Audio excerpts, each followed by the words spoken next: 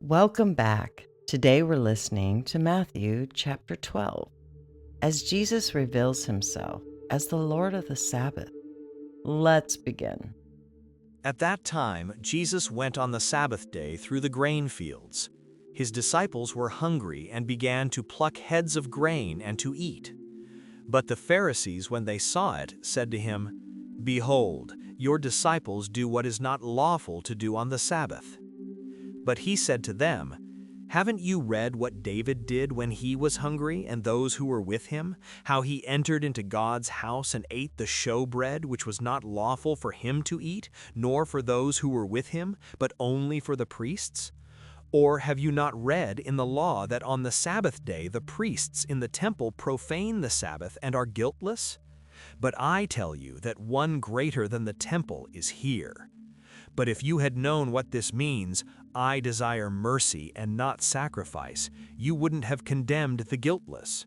For the Son of Man is Lord of the Sabbath." He departed from there and went into their synagogue, and behold, there was a man with a withered hand. They asked him, "Is it lawful to heal on the Sabbath day?" so that they might accuse him. He said to them, "What man is there among you who has one sheep, and if this one falls into a pit on the Sabbath day, won't he grab onto it and lift it out? Of how much more value then is a man than a sheep? Therefore it is lawful to do good on the Sabbath day." Then he told the man, "Stretch out your hand." He stretched it out, and it was restored whole, just like the other. But the Pharisees went out and conspired against him, how they might destroy him. Jesus, perceiving that, withdrew from there.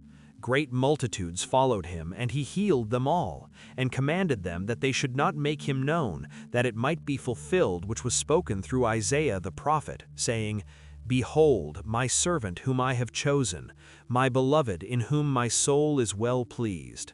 I will put my spirit on him. He will proclaim justice to the nations. He will not strive, nor shout, neither will anyone hear his voice in the streets. He won't break a bruised reed. He won't quench a smoking flax, until he leads justice to victory. In his name the nations will hope." Then one, possessed by a demon, blind and mute, was brought to him, and he healed him, so that the blind and mute man both spoke and saw. All the multitudes were amazed and said, "Can this be the son of David?" But when the Pharisees heard it, they said, "This man does not cast out demons except by Beelzebul, the prince of the demons."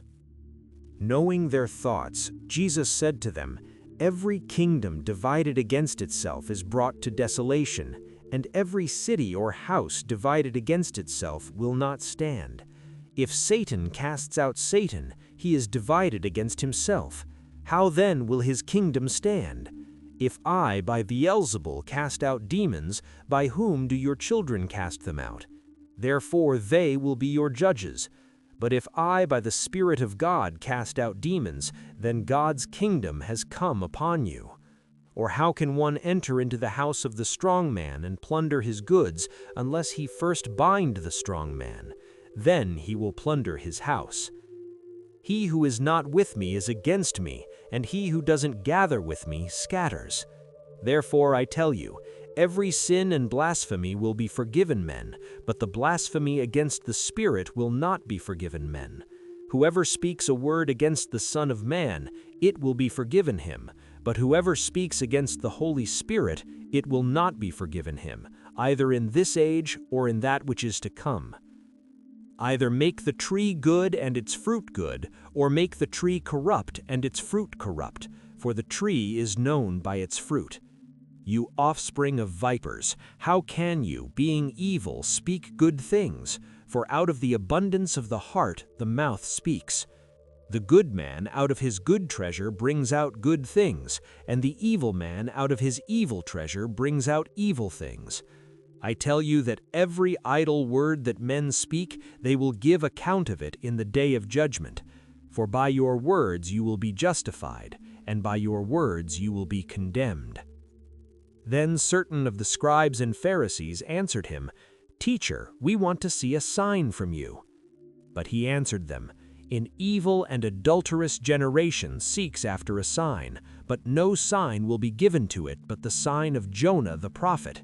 For as Jonah was 3 days and 3 nights in the belly of the huge fish, so will the Son of Man be 3 days and 3 nights in the heart of the earth.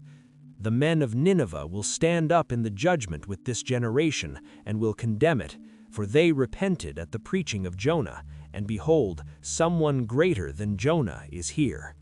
The queen of the south will rise up in the judgment with this generation and will condemn it, for she came from the ends of the earth to hear the wisdom of Solomon, and behold, someone greater than Solomon is here. When an unclean spirit has gone out of a man, he passes through waterless places seeking rest and doesn't find it. Then he says, "I will return into my house from which I came," and when he has come back, he finds it empty, swept, and put in order. Then he goes and takes with himself 7 other spirits more evil than he is, and they enter in and dwell there. The last state of that man becomes worse than the first. Even so will it be also to this evil generation. While he was yet speaking to the multitudes, behold, his mother and his brothers stood outside, seeking to speak to him. One said to him, "Behold, your mother and your brothers stand outside, seeking to speak to you." But he answered him who spoke to him, "Who is my mother? Who are my brothers?" He stretched out his hand toward his disciples and said, "Behold, my mother and my brothers. For whoever does the will of my Father who is in heaven, he is my brother and sister and mother." That finishes up chapter 12 for us. It's a striking contrast, seeing the tension in those arguments, then seeing Jesus call for something as simple as mercy. Mercy is something I think we're severely lacking in this day and age. I think we should all extend a little mercy to other people and to ourselves. I hope you'll join me next week for Matthew chapter 13.